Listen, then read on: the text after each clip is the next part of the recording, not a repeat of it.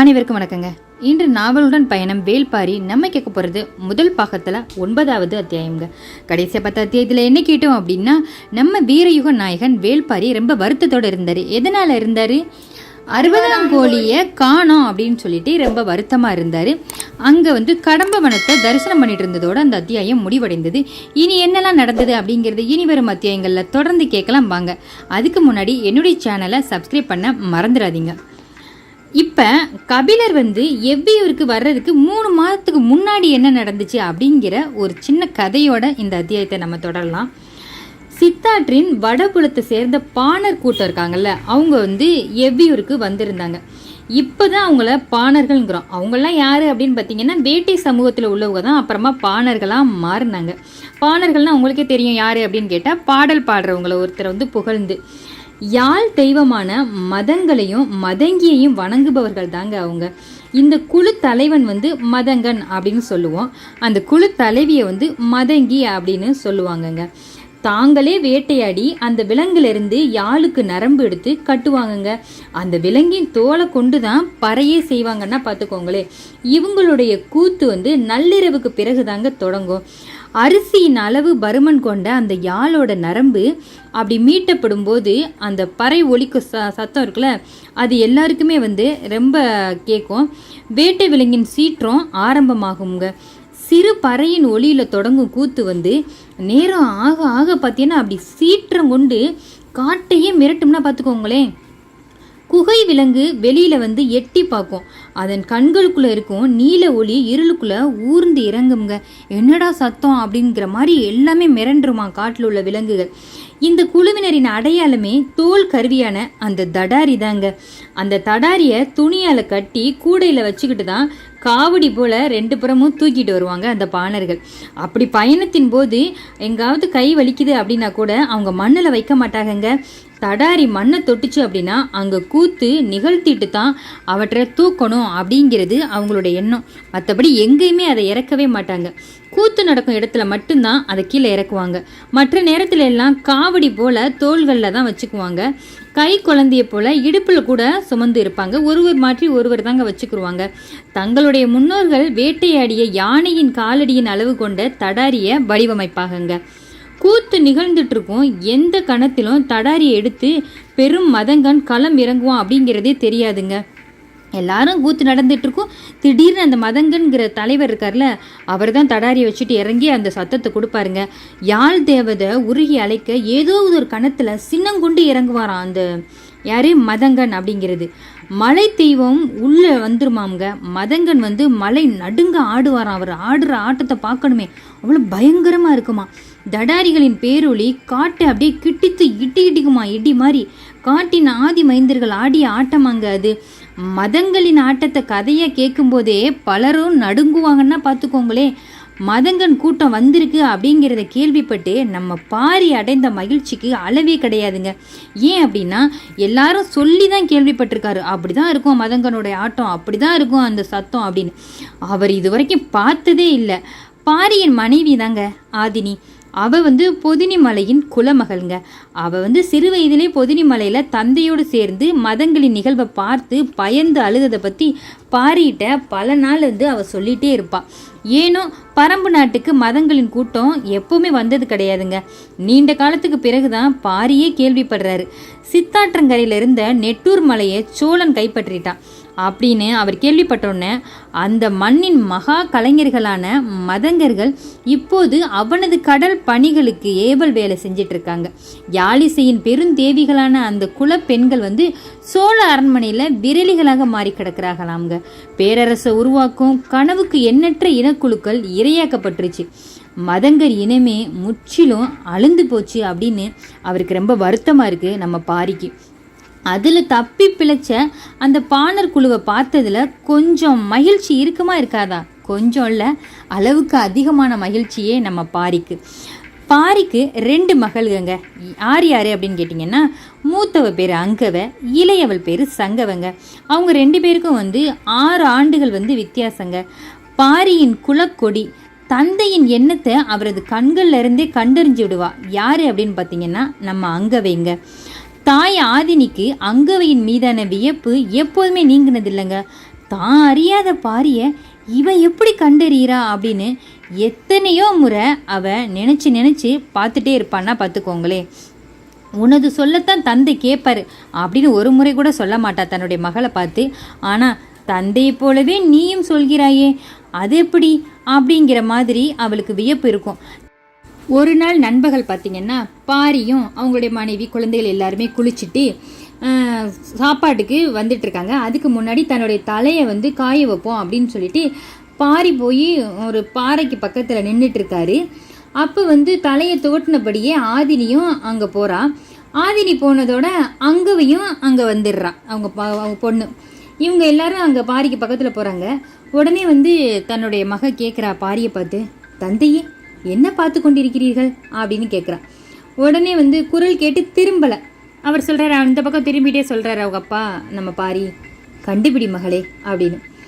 எதிரில் விரிந்து பரந்த காடு, பின்புறம் கேட்கும் அருவியின் ஓசை, எங்கும் சிறகடித்து திரியும் பறவை, அவ்வப்போது வீசி செல்லும் காற்றின் சலசலப்பு என அனைத்தையுமே பார்த்தன ஆதினியும் அங்கவையும். திரும்பி பார்க்குறாங்க ரெண்டு பேருமே. மறுமொழிக்காக காத்திருக்கிறாரு பாரி. உடனே அந்த இடத்துல ஆதினி சொல்கிறாங்க அவங்களுடைய மனைவி, எங்கும் பறவையின் குரல் கேட்குது, ஏதாவது ஒரு பறவையின் குரலில் துயரத்தின் சாயல் வெளிப்பட்டிருக்கும், அதைத்தான் நீங்கள் கவனித்து கொண்டிருப்பீர்கள், அப்படித்தானே அப்படின்னு தன் கணவரை பார்த்து ஆதினி சொல்கிறாங்க. உடனே அங்கவை தன்னுடைய மக இருக்கால அவங்க சொல்கிறான், இல்லை, இல்லவே இல்லை, தந்தை வேறு ஒன்றை பார்த்து கொண்டிருந்தார், அதை நான் கண்டுபிடித்து விட்டேன், சொல்லட்டுமா அப்படின்னு அங்கவை கேட்குறாங்க. உடனே சொல்லும் போதே வந்து வெக்கம் வேற வருது முகத்தில் வந்து தன்னுடைய மகளுக்கு. ஆனால் ஆதினிக்கு கோபம் வருது. அவள் அப்படி எதைத்தான் சொல்கிறா அப்படின்னு சொல்லிட்டு அவள் என்னதான் சொல்கிறான்னு பார்ப்போம் அப்படின்னு காத்துட்ருக்கா ஆதினி. அங்கவை சொல்ல ஆரம்பிக்கிறா, அம்மா அதோ அந்த மூளையில் சந்தன வேங்க மரம் நிற்குது பாருங்க, தந்தை அதைத்தான் பார்த்துட்டு இருந்தார் அப்படிங்கிறாங்க. சொல்லி முடிச்சதும் அப்படியே ஆதினியோட முகத்தில் வெக்கம் அப்படியே ஓடி இருக்கு. அந்த பக்கம் திரும்பி பார்க்குது ஆதினி. அதே மாதிரி அங்கே அந்த மரம் நிற்கிது. இப்போ சொல்கிறான், இவ்வளோ நேரம் அந்த திசையை பார்த்து கொண்டு நின்றது அதனால் தானா அப்படின்னு ஆதினி கேட்குறாங்க பாரியை பார்த்து. உடனே வந்து நம்ம பாரியும், ஆம், நம் மகளையும் காதல் அழைத்து செல்லும், அதற்குள் நாம் அவளுக்கு செய்ய வேண்டியவற்றை சிந்தித்து கொண்டிருக்கிறேன், அவ்வளவுதான் அப்படிங்கிறாங்க. அதாவது அந்த மரம் வந்து காதலின் வெளிப்பாடாக உள்ளது தானே, நம்ம மகளை வந்து ஒரு நல்ல இடத்துல திருமணம் பண்ணி கொடுக்கணும் அப்படிங்கிற மாதிரி அந்த மரத்தை பார்த்துட்டு நின்றேன் அப்படிங்கிற மாதிரி சொல்கிறாரு. உடனே நம்ம ஆதினி கேட்குறாங்க, என்னது அப்படின்னு ஆர்வத்தில் கேட்டதுக்கு, ஆமாம், நிலமெங்கும் அறியப்பட்ட பெரும் புலவர்கள் பரணரும் கபிலரும், அவங்களில் ஒருவர் வந்து பரம்பு நாட்டுக்கு வரமாட்டாங்களா அப்படின்னு பல நாள் நான் விரும்பி இருக்கிறேன். அந்த விருப்பம் இன்று வரை நிறைவேறவே இல்லாதினி. என் மகள் மனம் முடித்து செல்றதுக்குள்ள அவங்க யாராவது வரணும், அப்படிதான் என் மனசு ஏங்குது. அவங்க எழுத்து கற்றவர்கள், அவர்களிடமிருந்து என் மகளும் என் மக்கள் சிலரேனும் எழுத்து கற்றால் எவ்வளவு நன்றாக இருக்கும், அதைத்தான் யோசித்து கொண்டிருந்தேன் அப்படின்னு பாரி சொல்லி முடிக்கிறாங்க.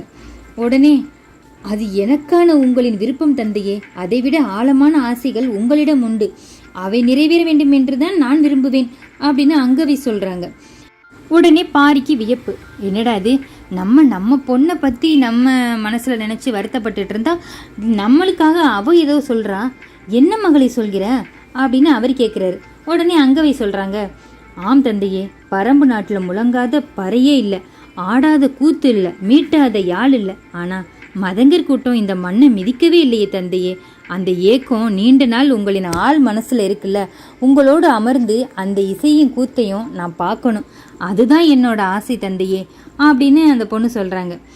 இப்படி இவங்கெல்லாம் 3 பேர் பேசிகிட்டு இருக்கும்போது கீழே இருந்து குரல் வருது, அங்கே சமையல் ரெடி ஆகிட்டு இருந்தது இல்லையா, எல்லாரும் சாப்பிடுவாங்க அப்படின்னு. உடனே வந்து பாரி வந்து தன்னுடைய மகளை பார்த்து, போமா போய் முதல்ல நீ உணவு உண்டு வா அப்படின்னு சொல்லிட்டு மகளை அனுப்பி வச்சிடுறாரு. அவனுடைய கண்கள் வந்து ரொம்ப கலங்கி போயிருந்துச்சுங்க. அதை கவனிச்சுட்டு நம்ம ஆதினி, என்னங்க ஏன் ஒரு மாதிரியாக இருக்கீங்க அப்படின்னு கேட்குறாங்க. உடனே நம்ம பாரி, இல்லை, மதங்கர் நாட்டை சோழன் அடிமையாக்கி கொண்டான், அந்த மகத்தான இசைவாணர்கள் வர இனி வாய்ப்பே கிடையாது அப்படின்னு சொல்லும்போதே பாரியோட குரல் அப்படியே உடஞ்சி போய் தாங்க இருந்துச்சு.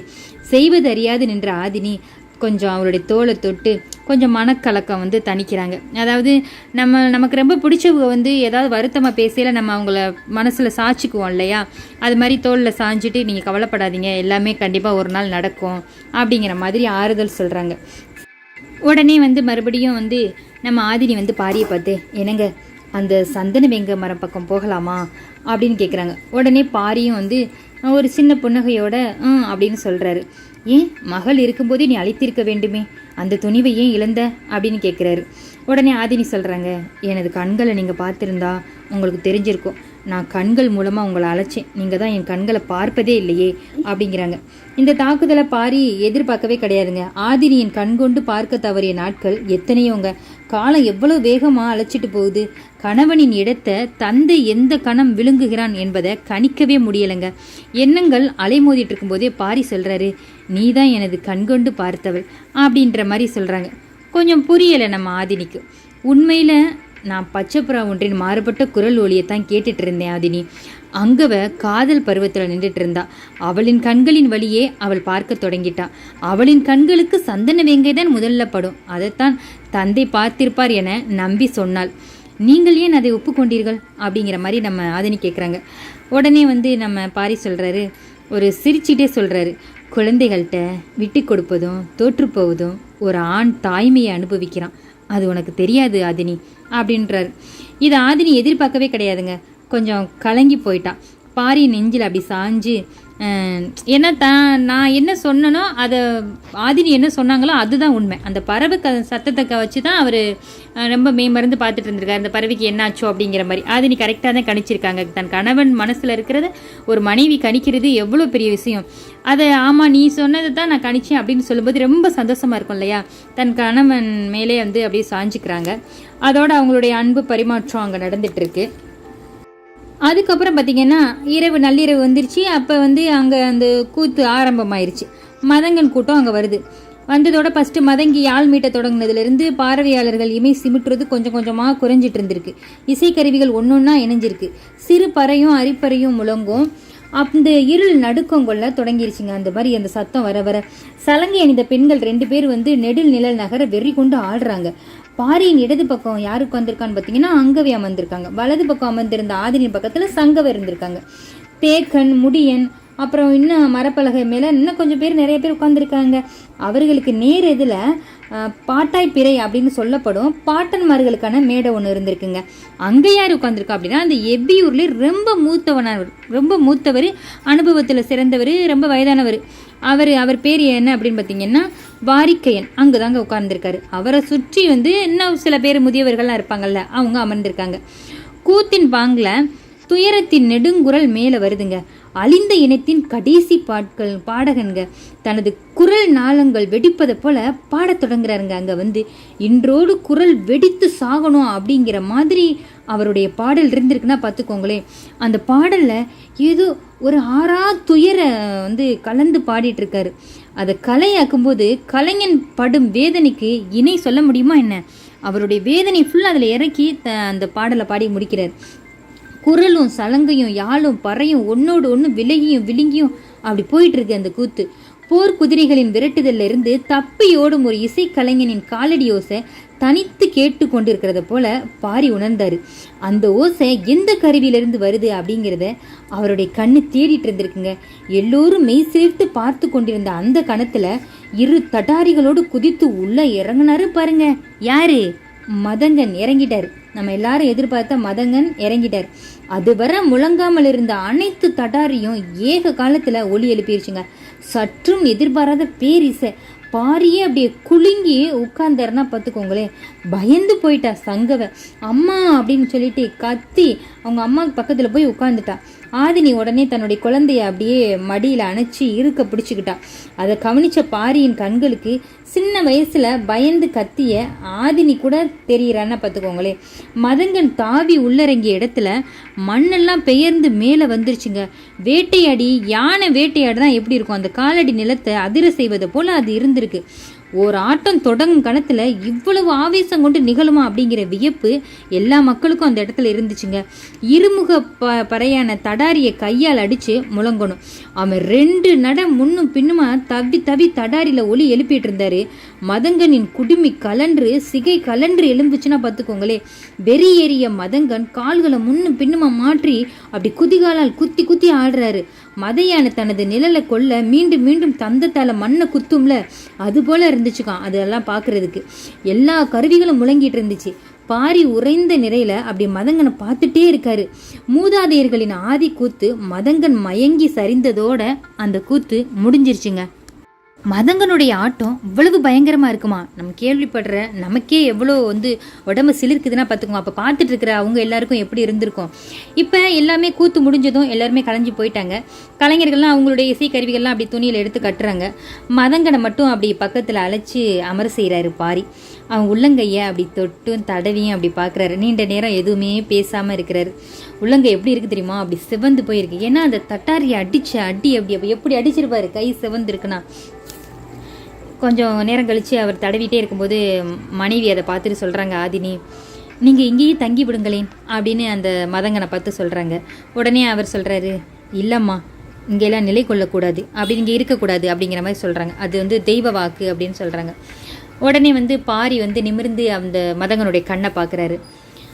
நாங்கள் தப்பி ஓடுறோம், மீளா துயர் எங்களை விரட்டுது. ஒரு இடத்துல நின்றுட்டோன்னு வச்சுக்கோங்களேன், துயர் முழுமையுமே கவுந்துடும். அதனால தான் மறுபகல் காணாமல் இரவோடு இரவாக நாங்கள் இங்கேருந்து நாங்கள் கிளம்புறோம்.